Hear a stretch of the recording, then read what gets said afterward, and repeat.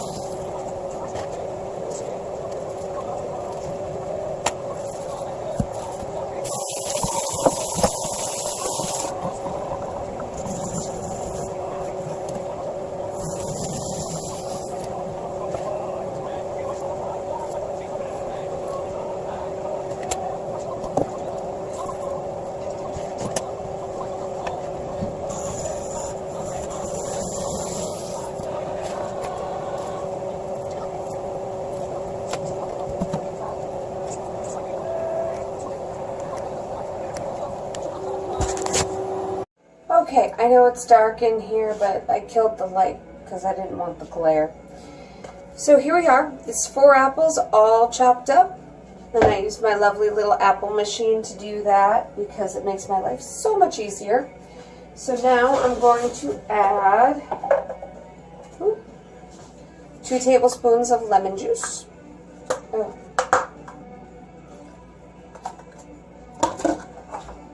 1/2 teaspoon of nutmeg, 1/2 teaspoon of cinnamon,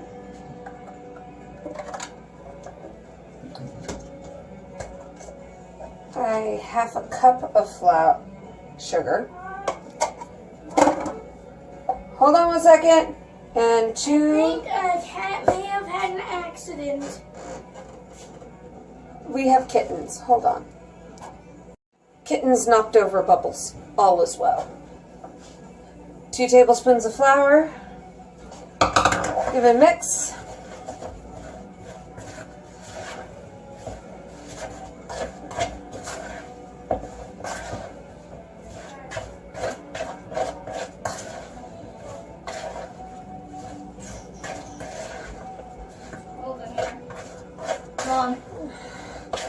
Just a minute. Oh, actually, since you're standing there, grab me a pie shell. Okay. Here. Thank you. One pie shell out of the freezer because I don't make my own pie crust. Mom. Say hi, Liz. Hi. She's a teenager. That's pretty good. Mom. Hold on 1 second. I'm in the middle of making a pie video. I know my name. My name is Mom, and I will be with you in a minute. Let me fill this pie shell.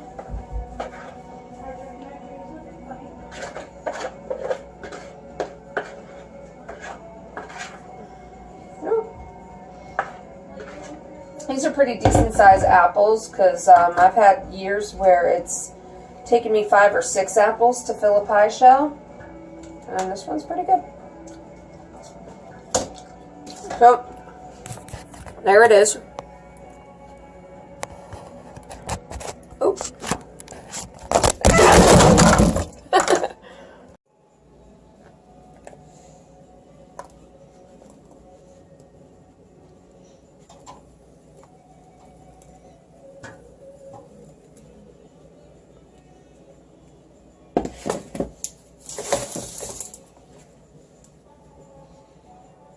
So there it is, ready for a crust. So now I'm going to set up my food processor and make the topping for this. Now I'm going to show you how to make this topping 2 ways. One is with warm butter and one is with cold butter. That's literally the only difference. So now, 1 stick of warm butter into the food processor. So that's a 1/2 cup of butter, and this topping is literally equal parts of butter, flour, and sugar. So 1/2 cup of flour, 1/2 cup of sugar into the food processor.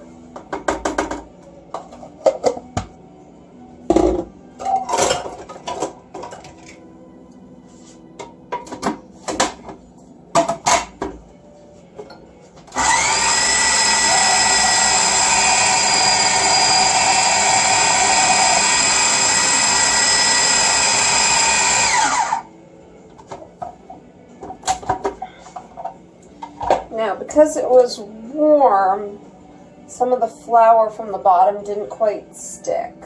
So, and there's still butter hanging around where it shouldn't be. It's a little messier when you do it this way.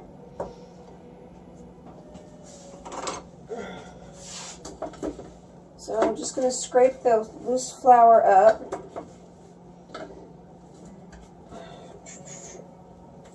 And there we go.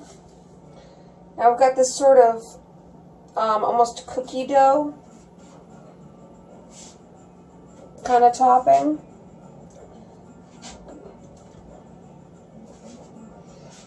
Now, when we're talking about the difference between hot butter and, well, warm butter and cold butter, I'm talking about straight out of the fridge butter versus butter that's been sitting on your counter for a couple of hours and is now at room temperature. In my apartment, that's butter that goes splat when you drop it because it's hot here all the time. Yay, not being in charge of my own heat. Okay, so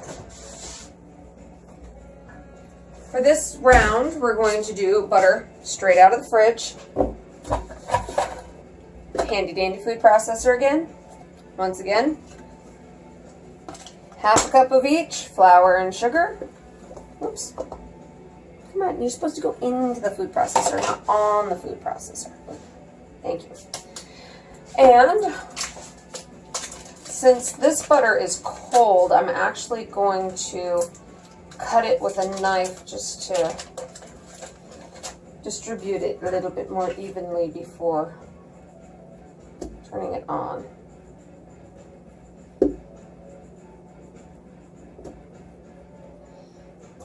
Okay.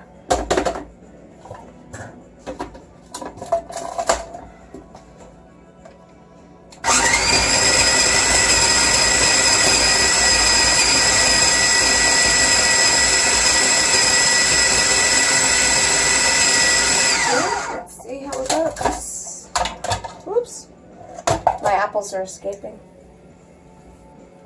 Oh, still have some chunks of butter that need to be broken up a little bit more.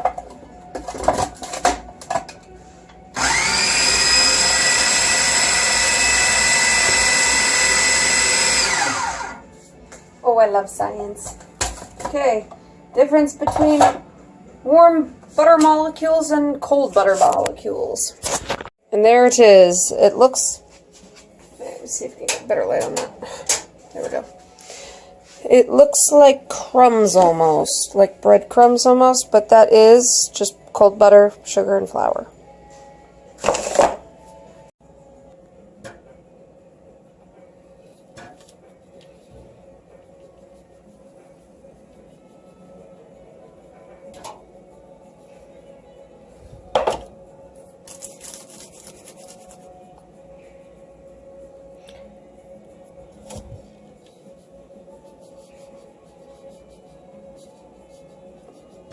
It looks like more, but it's the exact same amount. It's literally the difference between dealing with cold butter and dealing with warm.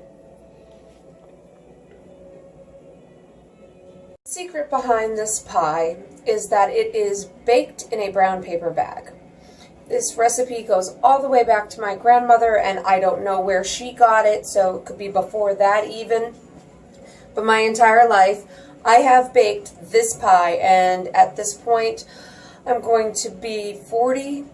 So I've been baking, well, this year 5 pies, other years 9. So probably we could safely say close to 100 pies in my lifetime I have made this specific type before.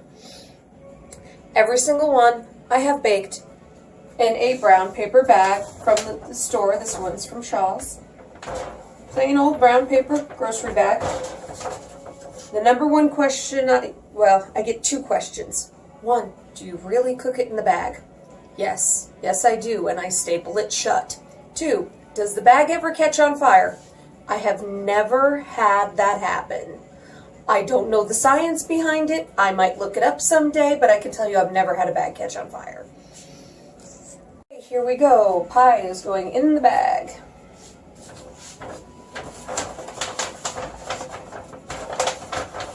And then I push the folds on the sides out a little bit so we don't crease too much on top of the pie. Fold the corners in. Oh, come on, be nice. Fold the corners in, staple.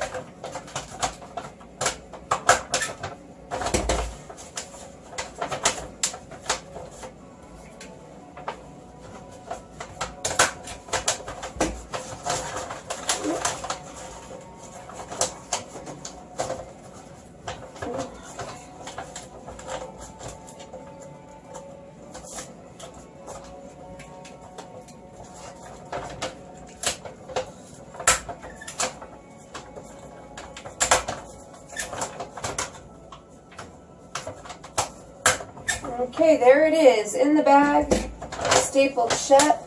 Now I'm just waiting for the oven to come up to temp, and in it goes for 1 hour exactly.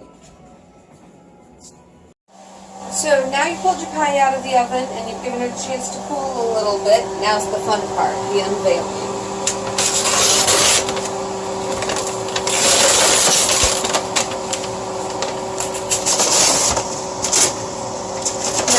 Explaining before about the differences in butter, you can see now in the outcome. This one was made with cold butter, and this one was made with warm butter, and that's the difference, is the texture. This one is one looks much better. This one right here. You think so? This one's got a more crumbly, like it looks weird. That looks good. This looks more like a crumb pie, and this one looks more like it's got a cookie on top of it. That looks much better. Can you stop with the back and forth? You're making me dizzy. I can't imagine what you're doing to the audience at home. Okay? Okay. Okay. Butter is really warm, and you probably should have added 1 more apple. It just looks a little on the flat side. Look at this, is trying to escape. Look at this craziness over here. Okay, so less butter, more apple on this one?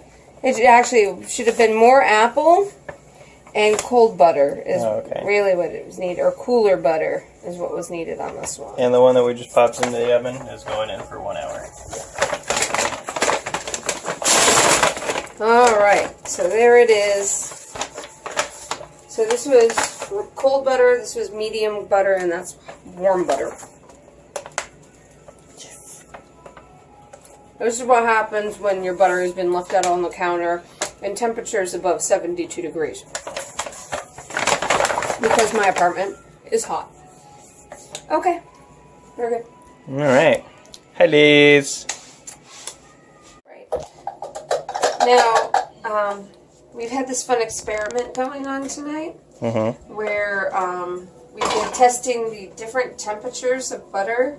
And it's just because I happen to have 2 sticks that were warmer than the rest, and the rest were cold because they were in the fridge. So the cold butter gives us this like fun crumbly stuff, and the warm butter makes more like this weird cookie dough substance.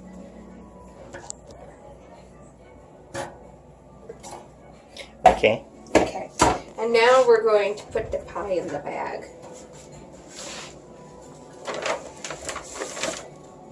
And then we're going to staple it shut. I was trying to do this earlier, but it's very hard to do this and hold the camera at the same time. You can understand. Yes, I could imagine. So I had to have it popped over there, and I mean, which I've been doing pretty good. Actually, and I tell you what I did for a tripod for filming the apple peeling.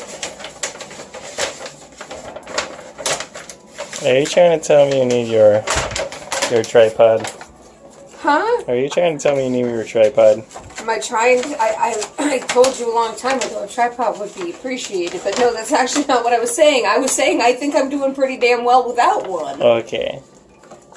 I was just being silly, like you're being suggestive. I'll give you suggestive.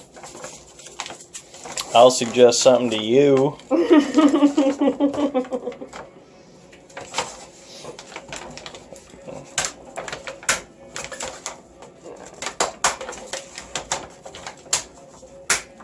Alright. That's really sealed. It's not going anywhere. We're going to steam it. Alright, and into the oven. All the oveny action. Oh, we both know that this fits better this way because the house is slanted. There we go. Alright.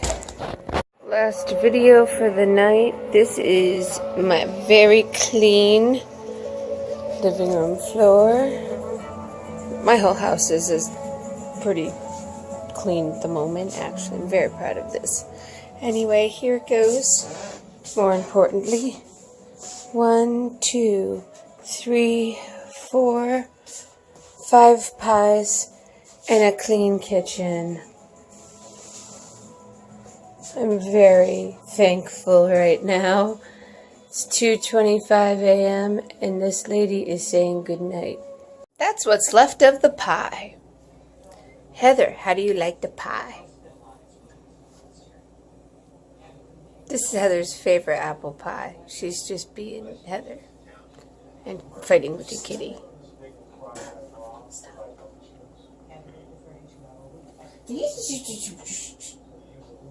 Okay.